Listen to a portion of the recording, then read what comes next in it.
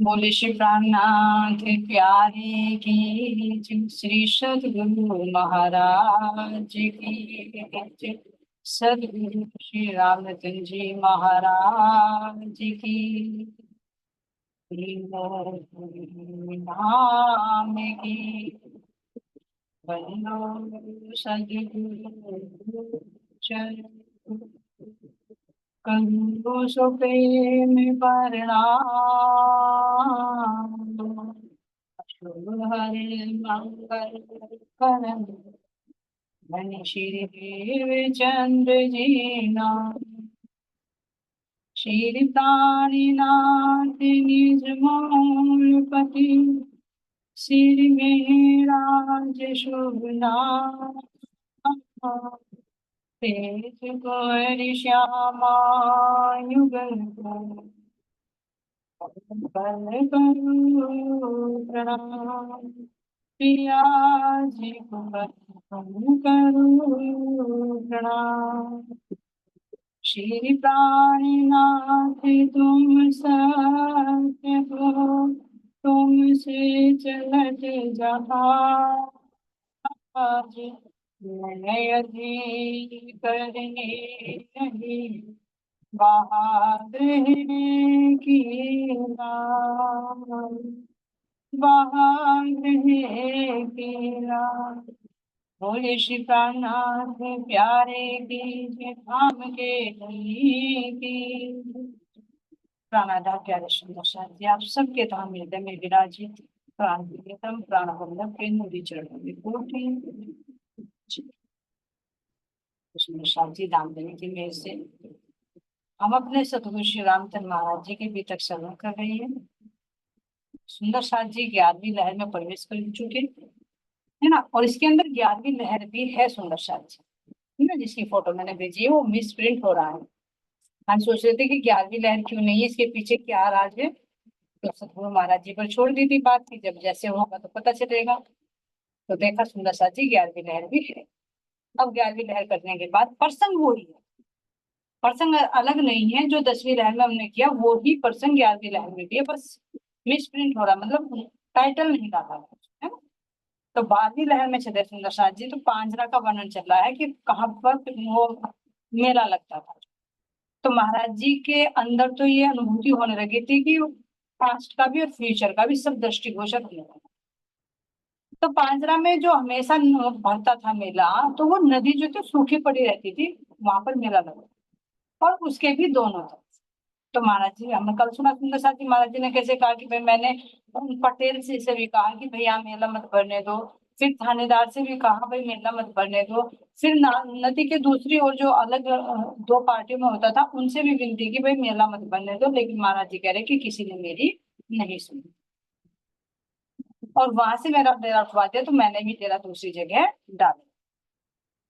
अब यहाँ सुंदर साथ जी महाराज जी कह रहे हैं कि जैसे जैसे मेले का समय आता चला गया तो भीड़ काफी बढ़ती चली गई। कह रहे हैं यहाँ पर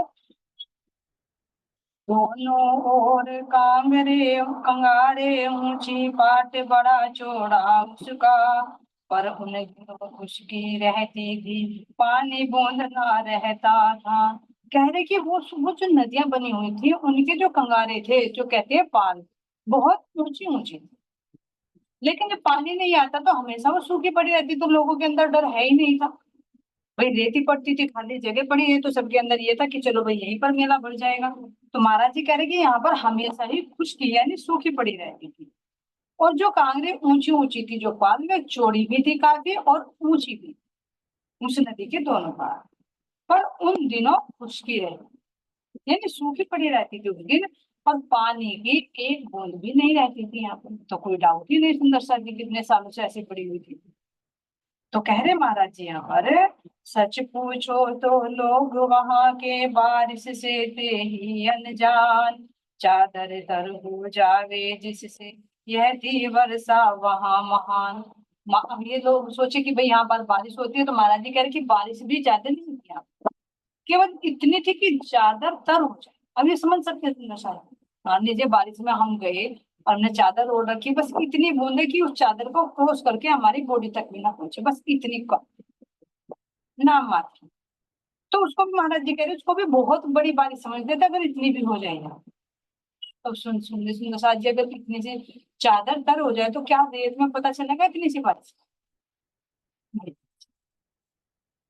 ऐसे सुंदर साथ जी यहाँ पर कह रहे हैं दोनों कारण, इसी कारण से जो बारिश नहीं होती थी यहाँ पर, बहुत कम होती थी नाम मात्र के लिए, ना उनमें पानी बहकर आता था, तो हमेशा क्या होती थी, सूखी पड़ी जाती थी। लेकिन इस साल न जाने कैसे मेला भरा बेढंग। ये देखिए सुनिए, इस साल मेला भी बेढंग भरा, यानी काफी अधिक भीड़। अगर थोड़ा बहुत डर हो कुछ हो, भाई कहाँ हम है, नाले के अंदर है ना, नदी के बीच में है ना, क्योंकि कह रही कि गर्भ में ही मेला भर गया, भाई ढालदार तो हो ही रहा था, ढाल से भी अंदर कह रहे कि उसके गर्भ में भीड़ लग गई दुकानें, तो काफी भीड़ हो गई। अब इतनी भीड़ हो गई, महाराज जी कह रहे हैं यहाँ पर, मेला जब भर आया पूर्णता, चौदस की रात्रि आई, अर्धरात्रि उपरांत ऊपर दिशा से एक ध्वनि आई। कह रहे कि जब मेला पूर्ण है, यानी पूर्ण रूप से मेला भर गया और चौदस की रात्रि आई, तो उस समय कह रहे हैं कि अर्धरात्रि उपरांत, आधी रात्रि के बाद, तो कह रहे कि ऊपर दिशा से एक ध्वनि आई, यानी ऊपर से एक ध्वनि आई, एक आवाज आई। और आवाज आकर क्या करे, जैसे कहीं शंख बोला हो, सुना हजारों ने। ये नहीं कि किसी एक को सुनो, ऐसी आवाज आई कि मानो किसी ने शंख फूंक दिया हो, इस तरह की आवाज आई। और वो आवाज किसी एक को नहीं, सबको सुनाई दी। हजारों लोगों ने इसको सुना और विचार भी किया शंख पर कि भाई आधी रात्रि को क्यों शंख बज रहा है। ये नहीं कि विचार नहीं किया, विचार भी सबने किया कि भाई आधी रात्रि को शंख बजने का क्या कारण है। शंखनाद विश्राम काल में क्या मतलब हो सकता है, किसी देवी की आरती वीरती पर ही यह अक्षर बजता है। महाराज जी कह रहे कि जो शंखनाद हुआ, सुना सबने और थोड़ा सा विचार भी किया कि भाई आधी रात्रि को जब भगवान को विश्राम करा दिया जाता है तो शंख बजने का क्या मतलब। भाई किसी भगवान की किसी मंदिर में कहीं पर कोई आरती वारती हो रही तो शंखनाद किया जाता है, और जब परमात्मा यानी भगवान को जब विश्राम कराने का समय हो तो उस समय तो शंखनाद नहीं बजता, आधी रात को तो नहीं बजता शंख, क्योंकि सभी जो अपने अपने इष्ट होते हैं सभी मंदिर में अपने अपने को बजाते थे। और इसीलिए सुंदर साथ जी देखो महाराज जी कह रहे कि शंखनाद क्यों नहीं होता है। ये विचार होता है कुछ लोगों का कि भाई घर में घंटी नहीं बजनी चाहिए,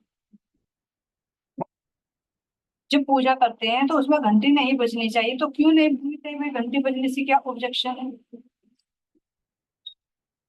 घंटी के बजने से तो सकारात्मकता आती है, लेकिन कुछ होता है ना जब आधा अधूरा काम हो जाता है, तो उसमें कह रहे हैं कि जैसे संध्या काल होता है, जैसे हमारी शयन आरती होती है, तो जब परमात्मा को विश्राम कराया जाता है तो संध्या आरती में, संध्या आरती क्या शयन आरती में घंटी नहीं बजेगी, जबकि सुबह को शाम को दोपहर को भोग के समय ये घंटी बजती है। लेकिन जो वही आधी अधूरी की भाई नहीं बजनी चाहिए, वो रात्रि को नहीं बजती, क्योंकि जब विश्राम किया जाता है, जैसे हम अपने रात में शयन करते हैं तो कोई म्यूजिक आ रहा है, कोई से आवाज है तो डिस्टर्ब होते हैं, तो इसी तरह से शयन आरती के समय घंटी नहीं बजाई जाती, लेकिन अज्ञानतावश उसको यही घटित कर लेते हैं कि भाई घर में किसी भी समय घंटी नहीं बजनी चाहिए, तो ये भी ऐसा नहीं होना चाहिए। वही आधी अधूरी बात सुनकर कहते हैं कि घंटी नहीं बजनी चाहिए। तो यही ये कह रहे हैं कि रात्रि को भाई शंखनाद क्यों हो रहा है, जैसे घंटे घटनाद नहीं बजते रात्रि में से विश्राम के समय, ऐसे ही यहाँ पर कह रहे महाराज जी कि इसमें भी एक शंखनाद क्यों बजा। लोगों ने विचार तो किया, लेकिन किसी देव साधारण सी बात जानकर दिया ना कोई ज्ञान बख्शिश। देखना सुंदर साथी, विनाश काले विपरीत बुद्धि, ये कहा जाता है ना, जब ऐसी बात होती है कुछ होनी होती है तो दिमाग को मतलब पता होते होते भी इसको इग्नोर कर दिया, क्योंकि होने को कोई टाल नहीं सकता। सुनाई दिया लेकिन फिर भी उसको इग्नोर कर दिया। भाई घसमदार क्यों बज रहा है रात्रि को, कुछ ना कुछ संकेत जरूर है ना, क्या कोई दुर्घटना होने वाली है, किसी ने भी मतलब गौर नहीं किया। और सुंदर साथी विशेष रूप से जब मेले में भीड़ में होते हैं, ध्यान देना ये भीड़ भी क्या सुंदर साथी, ये भीड़ भी हमारी इंद्रियों और अंतःकरणों के अंदर ही, इसीलिए चतुर्दशी का मेला है, 14 का मेला। ये सूखी नदी कौन सी है? संसार की है सूखी नदी जिसमें मेला लगता है। एक तो मेला बाहर का और एक मेला वो हमारे अंदर, क्योंकि जितना हमारा संबंध होता है, जितना ये होता है, उतने संस्कार, उतने संबंध हमारे चित्त में इकट्ठे हो जाते हैं। विचार करें सुंदर सा जी कैसे। मान लीजिए मैं अपनी नवरंग बाई जी को ही देह की दृष्टि से सुंदर सा जी, आत्मा का संबंध तो अटूट है। मान लीजिए हम नहीं जानते थे, या आपने वंदना से कीजिए, कोई भी सुंदर साथ हो सकता है, सुंदर साथी से भी अननोन है, तो धीरे धीरे धीरे धीरे संबंध जुड़े, तो अब तुम्हारे विचार चित्त में इकट्ठे हुए नहीं, चित्त में एक वृद्धि बने, अंदर विचार चल रहे, स्वप्न में भी विचार भी बनते, तो धीरे धीरे क्या होगी, वह संस्कार बनते जा रहे, तो क्या वो एकदम मिट जाएंगे? तो ये तो हमारे राज्य से संबंधित विचार बन रहे, लेकिन ये जो संसार के हमारे सगे संबंधी होते हैं, इनसे जितना सा हम संबंध जोड़ते हैं, क्या उनका कनेक्शन हमारे दिल से नहीं जुड़ता जाता? तो मेला हो जाता, एक बाहर का मेला, एक अंदर का। कहाँ पर लगाइए? गर्भ। नदी के तो दोनों पार है सुंदर सा, मन में भी और बुद्धि में भी, लेकिन चित्त में भी ये मेला इकट्ठा होता रहता, ज्यादा भीड़ चित्त में। क्योंकि किसी का मान लीजिए कोई दोस्ती थी, बचपन की थी, वो तो चला गया, हट गया, संबंध टूट गया, लेकिन क्या उसकी बातें मिट गई? उसके साथ में जो क्रिया की, क्या वो मिट गया? नहीं। अच्छा किया तो अच्छे का फल मिलेगा, बुरा किया तो बुरे का। तो अंदर में कितना मेला हो रहा है? तो ये चतुर्दशी के दिन ही हो रहा है। 10 इंद्रियां और 4 हमारे अंदर, जो चित्त को जो चेतना को अपने साथ में लगाए होती, चेतना इस मेले का एक भागीदार है, इसमें जो आकर अपने आप को भी बोल रहे हैं। ऐसे तो होता है मेले में। मेले में जाकर कहाँ वृद्धि रहती है? 10 इंद्रिया 10 दिशा में भागती है, मैं ये भी देख लूँ, ये खाने की चीजें, पीने की, अपना भी पता नहीं रहता, समय का भी पता नहीं रहता। मेला देखते समय शायद अपने आपको भूल जाते, इसी तरह से हम देख रहे हैं इसमें सुनता है, इसीलिए तो भूल गए इतना। तो यहाँ पर क्या पड़ा है? ये सूखा पड़ा हुआ अच्छा लगता है, जब हम संबंध जोड़ते हैं प्यारा लगता है। अरे नए नए संबंध जोड़े, दोस्ती करना, रिश्तेदारी बढ़ाना, है ना, बहुत अच्छा लगता है। जरूर जरूर लगता है कि ये सूखा है, लेकिन जब विकारों की बाढ़ आती है ना, तो वो ऐसा कर देती है, सबको बाढ़ देती है। ऊपर से आवाज आती है, संकेत आता है कि तू गलत राह पर चल रही है, परमात्मा का वो शंख बजता है, लेकिन हम मेले में व्यस्त होने के कारण उस शंख नाद को सुन ही नहीं पाते। और कब आती है आवाज? सुनो साजी, हर एक को भी नहीं आती, कह रही सबने नहीं सुना, हजारों ने सुना। तो कैसे सुना सुंदर साजी? कौन सुनता है संगनाद को भी? जिसके अंदर थोड़ी थोड़ी थोड़ी थोड़ी जागृति आती है, जिस पर सतगुरु की कृपा। सतगुरु क्या ज्ञान रूपी शंखनाद है, जो संकेत आता है कि भाई देख, तेरी इस में क्या है, जिस मेले में तू है, जो मेला तुम्हें गहरी नदी में लग रहा है, पांचदा की नदी में, जो पांचों तत्वों से जुड़ी हुई है, इसमें जो मेला लग रहा है, इसमें कुछ समय बाद बाढ़ आने वाला है। ऐसे भवन उठेंगे, ऐसे भवन उठेंगे, तुम्हें तहस। और विचार कर सुंदर साहब जी, क्या होता नहीं, क्या होता।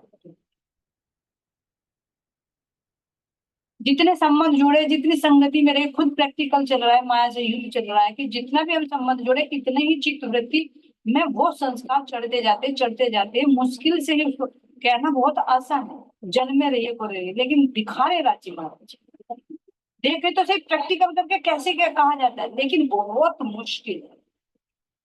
लेकिन सतगुरु की कृपा है तो संभव है, असंभव है। अंदर में विश्वास है कि सतगुरु जरूर बचाएगा। क्यों? क्योंकि उसकी दृष्टि हमारे ऊपर है। लेकिन इससे भी पूछे तो बाहर के ये संबंध है, सुंदर सा जी, मेला बहुत गहरा है। तो शंखनाद तो आ रही है कि भाई इस भीड़ से बचो, तुम इस जगह गलत हो, यहाँ पर परवाह आता है, 3 दिनों का परवाह आता है, आज तुम्हें जो अच्छा लग रहा है, कल तुम्हें वही कष्ट देगा, तो कैसे विकारों की बाढ़ आएगी, कैसे दुखों की बाढ़ आएगी, ये देखे कुछ कल नहीं करके देखे। नई नई बहू को लाया जाता है, बैंड बाजे बजा बजा कर, नाच गाकर, रसगुल्ले बर्फियां खा खा कर, और फिर उसके बाद कैसे पुलिस के डंडे तक पड़ते हैं, जेल तक जाते हैं। आईना बाग इस मेले में जुट जाते हैं सब। और मेले वाले से पता कर जाते हैं, वो अपनी उसमें भुगतते हैं, लेकिन खुद को फिर भुगतते हैं। ये संसार का मेला है। और परमात्माओं के मेले में वहां भी आनंद और यहाँ भी। राम मली में सजीवे दुर्लभ मेलो सार। इस मेले में मिलन होना दुर्लभ है। क्यों दुर्लभ है? क्योंकि यहाँ पर ज्यादा जीवों की संख्या, क्योंकि मेरी ब्रह्म आत्माएं भी जीव रूप हो गई, तो उनको पहचानना, उनको उस लेवल में लाना बहुत समय लगता है। उनकी भी मार खानी पड़ती है हमेशा। इंद्रावती ने तभी तो कहा था कि ये भी लगे मुझे दुख देने। तो यहाँ सुंदर साथ जी देखे जाए।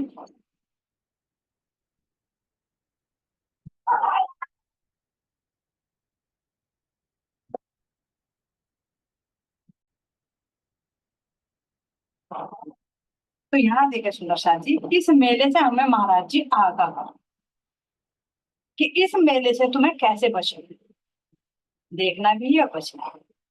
तो यहाँ सुंदर साथ जी महाराज जी कह रहे हैं कि जब विश्राम काल था तो क्या मतलब हो सकता है, किसी देव की आरती वारती के समय तो बजता है, लेकिन ये क्यों नहीं बज, और रात्रि को क्यों बज रहा है? जब हम आधी जागृत और आधी सुसुप्ति में होते हैं तब आधी रात्रि होती है, अर्धरात्रि होती है। तो तब ये शंखनाद की आवाज आती, एक ज्ञान की आवाज और एक सुंदर सा जी। ये देखिए जब हम सतगुरु के शरण में तो कुछ होने से पहले आमदनी आगाह कर देते हैं, लेकिन ये बताया ना कि जब हमारा ध्यान मेले में होता है तो हम उनके शब्दों को इग्नोर करते हैं, और जब इग्नोर करेंगे तो जैसी करनी वैसी भरनी ही पड़ेगी। तो बाहर का पांजरा का मेला तो लगा लगा, लेकिन सतगुरु महाराज जी हमें दिखा रहे कि तुम्हारे पांजरा वाले नदी के ऊपर कैसे मेला लगा, तुम इस मेले में पार्टिसिपेंट हो, और तुम्हें वो संगनाद की आवाज आ रही है। जो मेरी आवाज को सुन लोगे पता चल जाएगा कि यहाँ पर क्या होने वाला, तो उससे बच जाओ, अन्यथा इसलिए ही रुक जाओ। तो कह रहे हैं यहाँ पर साधारण से क्या होने आ पहुंचा सर पर, विचार चले ना किसी के लेस। ठीक 1 घंटे के पीछे नदी में आया तूफान, उमड़ आई जल राशि कहीं से, जैसे हड्डियां जैसे हंडिया बीच उफान। तो कह रहे महाराज जी कि जब वो आवाज आई है ना, तो किसी ने भी एक लेश मात्र भी विचार नहीं किया इस शंखनाद पर। ये एक संकेत, आपदा का संकेत। ध्यान देना सुंदर सर, बहुत गहराई से। जब हमारे शरीर में, हमारी बॉडी में कोई बीमारी होनी होती है तो उसके सिम्टम पहले नजर आते हैं। इसी तरह से प्रकृति में भी कोई आपदा आने वाली होती है तो प्रकृति उसका संकेत पहले देती है। इसी तरह से जब हम आफत में फंसने होते हैं, किसी संकट में फंसने वाले होते हैं, तो सतगुरु महाराज जी हमें पहले आगाह कर देते हैं, लेकिन उसको कोई भी ना समझ पाए।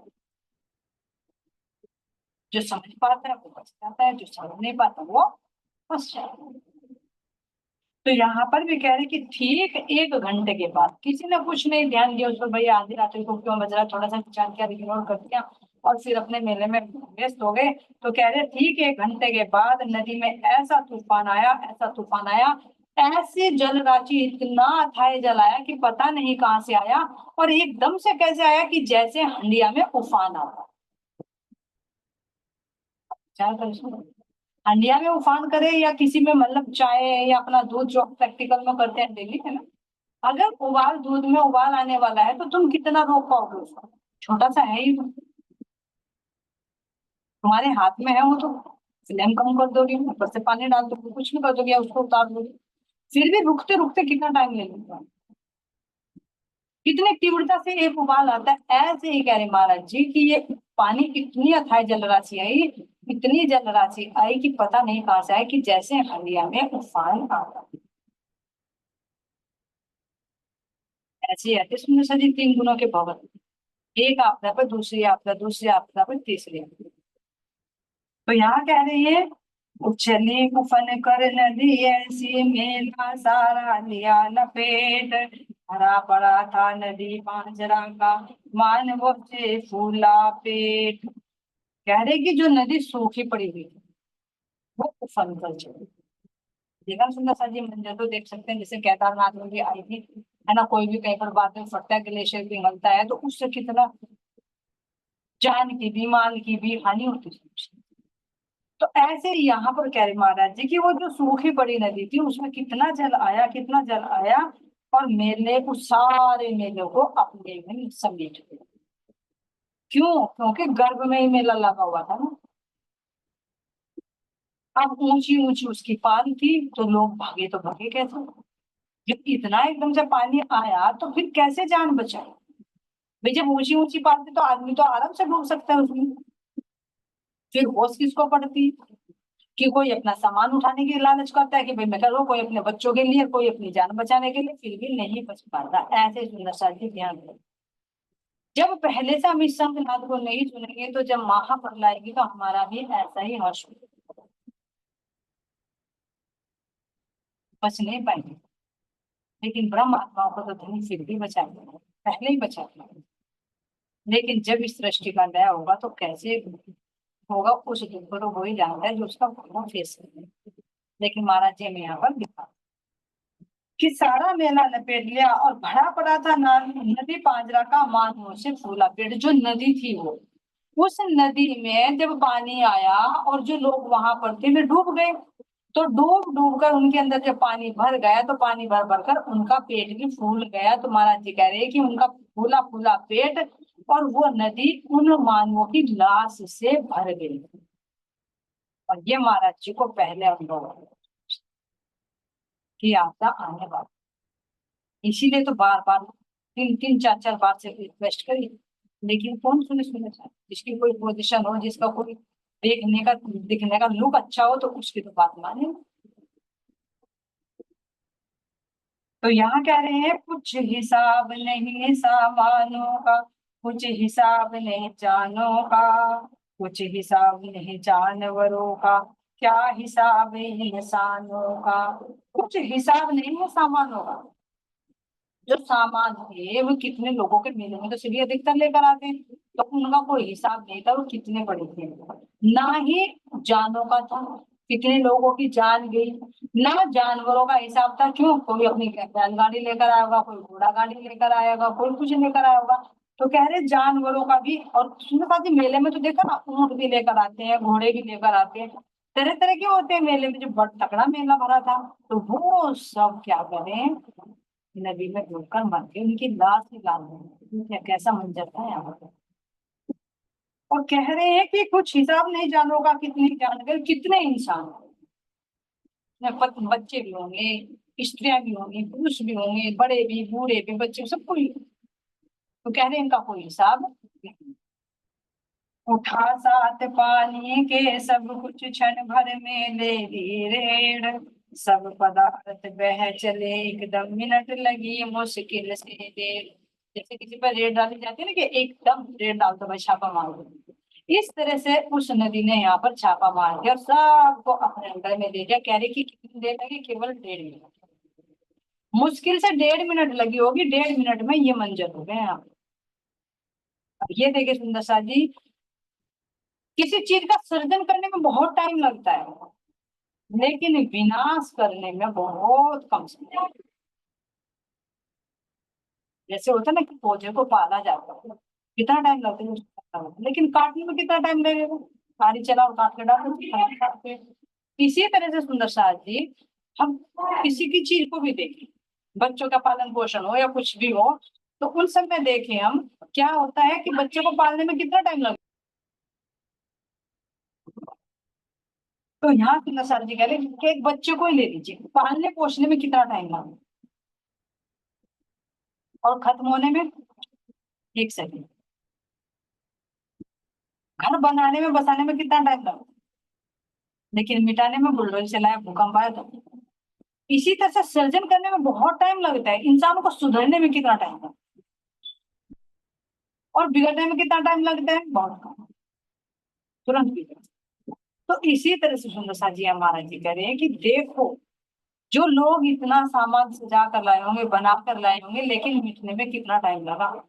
ऐसे ही सुंदर सा जी, जिस दृष्टि में हम रह रहे हैं ना, सोच रहे हैं इतना बड़ा महल, इतना बड़ा अच्छे घर, इतने रिश्ते नाते, मिटने में, लय होने में 1 सेकंड भी नहीं लगता। रिश्ते बनाने में कितना टाइम लगता है, लेकिन तोड़ने में 1 सेकंड लगता है। हर चीज को ये यहाँ पर प्रकृति जो देखी नहीं थी अपने टाइम में, कि बनना मिटना क्या होता है, इसको दिखा रहे महाराज, कि बनना मिटना क्या होता है, बनने में कितना टाइम लगता है, मिटने में कितना सा टाइम लगता है। हम यहाँ कह रहे हैं कि सारे पदार्थ जितने भी थे सब कुछ बह चले जल के साथ में। त्राहि त्राहि का शोर उठाए जिधर लाखों की चीख पुकार, लाखों की संपत्ति मिनटों में कर ली जलने कारोबार। त्राहि त्राहि यानी चारों तरफ त्राहि त्राहि का शोर मचने लगा, चारों तरफ जिधर भी देखे उधर ही चीख पुकार उठी, बचाओ बचाओ की चीख उठने लगी, क्योंकि जब तूफान आया, पानी आया, तो सब उसके साथ बह चले। सबको ये लगा कि भाई हम बच जाए, हम बच जाए। तो चारों महाराज जी के चारों तरफ चित्कार ही चित्कार, शोर ही शोर होने लगे, है ना। कह रहे महाराज जी की लाखों की संपत्ति मिनटों में कर ली जलने धारोगा। तो जैसे नदी में पूरा तेज प्रवाह आया, तो जो लाखों की संपत्ति थी वो जल के साथ में बहकर चली गई, पता भी नहीं चला कि कहाँ मेरा था, क्या था, सब कुछ पानी के साथ में। ना हो वर्षा की आशंका कुछ, ना बांध का कुछ गुमान, पृथ्वी फट गई एकदम, फट गए जो पर्वत पाषाण। कह रहे ना हो वर्षा की आशंका, ना तो कुछ वर्षा की आशंका थी कि भाई यहाँ बारिश हो जाएगी, क्योंकि कह रहे कि बारिश भी बहुत कम होती थी, जैसे चादर भिगो दी। और ना बांध का था कुछ गुमान कि भाई बांध लगा होगा यहाँ पर, वो टूट गया हो। पृथ्वी फट गई एकदम, फट गए जो पर्वत पाषाण। ऐसे लगा कि जैसे पृथ्वी फट जाती है या कोई पाषाण है, तो जैसे ग्लेशियर वगैरह फट जाते, तो ऐसे महाराज जी कहने हैं, पर फट गए जो पर्वत पाषाण, जैसे पर्वत पहाड़ों के जो होते पत्थर वे फट जाए, ऐसी हालत है। यानी फटने में ज्यादा टाइम नहीं लगता। परले उपस्थित हुआ कहाँ से एक पहेली बनी समक्ष, जान हजारों की जो कर गई आकर 1 मिनट में भक्ष। अब कह रहे यहाँ पर जो है परले का मंजर बना, कैसे बना, क्यों बना, इसका क्या रीजन था। वो कह रहे कि ये एक पहेली बन गई, इसका पता कोई नहीं लगा सका कि आखिर ये पानी इतना आया कहाँ से। ना कभी बारिश हो यहाँ पर, क्या पृथ्वी से फटकर वो पानी निकला है, या कोई पर्वत फटा है, कुछ पता नहीं चला, कोई बांध टूटा है, आखिर इतना पानी आया कहाँ से। तो महाराज जी कह रहे हैं कि ये क्या है, एक पहेली ही बन गई। जान हजारों की कर गई 1 मिनट में भक्ष। ऐसे सुनो सब, हम इंसान बड़े आपसे कुदरत के कहर ऐसे बोलती। अब हम यहाँ सुरक्षित बैठे हैं, लेकिन उनका भूकंप आ जाए, हर समय महसूस करें, हम सेफ समझते हैं अपने आप को, लेकिन हर समय जैसे बॉर्डर पर हमारे सैनिक है ना, सोचते हैं कि हर समय मौत के मुंह में, इसी तरह से हम भी फेस करें कि हम हर समय मृत्यु के मुंह पर खड़े हैं। कश्मीरी जन,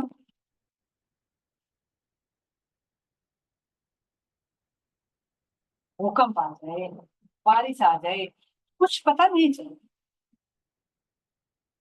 तो यहाँ कह रहे हैं, जान हजार नहीं निकलने दिया किसी को बाहर ऊंचे ढेरों ने, चित्कार जब हुआ एकदम आया अपने कानों में, नहीं निकलने दिया किसी ने बाहर ऊंचे ढेरों ने। जब बाहर नदी की पाल थी, लोग भागे भी चिल्लाते चिल्लाते, लेकिन किसी को भी निकलने नहीं दिया, क्योंकि होश ही नहीं पाते। इतना होश ही नहीं पड़ा कि लोग संभल पाते। और ऊपर से कुछ कुछ कारण ये भी हो जाता है सुंदर सा जी, भागते भागते ये भी सोच लेते अपनी ये चीज तो उठाई दो, ये भी होता। तो ऐसे सुंदर सा, वही कमली वाला है ना। तो अगर हमारे भी अंदर ये रहा ना कि महाबल्य तो आने वाले हैं, या तो हो ना समय, बिल्कुल क्या कि असराफिल फरिश्ता कुबड़ी पीठ किए खड़ा है अपना सुर फूकने के लिए, बस देने का हुक्म, जैसे ही हुक्म होगा ऐसे धुंध हो जाएगा और इस ब्रह्मांड को उठा लिया जाएगा। तो सृष्टि का लय होता कैसे है? पहले क्या होता है, पृथ्वी जल में ही समाती, जल को अग्नि सोखती है, अग्नि वायु में चली जाती है और फिर क्या होता है, वो आकाश में समाती है। यानी जल पहले पृथ्वी, पृथ्वी लय होगी, जल में लय हो जाएगी, क्योंकि बाढ़ आएगी, जल होगा, जल में डूब जाएगी पृथ्वी। फिर जल को कौन सोखेगी, अग्नि, अग्नि क्या होगी, वायु से ऊपर उठेगी और वो कहाँ जाएगी, ऊपर उठकर आकाश में, और आकाश में फिर लय हो जाएगी। इसी तरह से सृष्टि का सृजन होता है, इसी तरह से वो होता है कि पहले आकाश में तो बनता है, फिर वायु बनती है, फिर अग्नि बनती है, फिर जल बनता है, फिर। तो यहाँ महाराज जी ये दिखाना चाह रहे हैं, हम आगाह करना चाह रहे हैं कि भैया ये जो पांचरा का मेला है, तुम्हारे पांच तत्वों से संबंधित जो मेला भरा हुआ ना तुम्हारे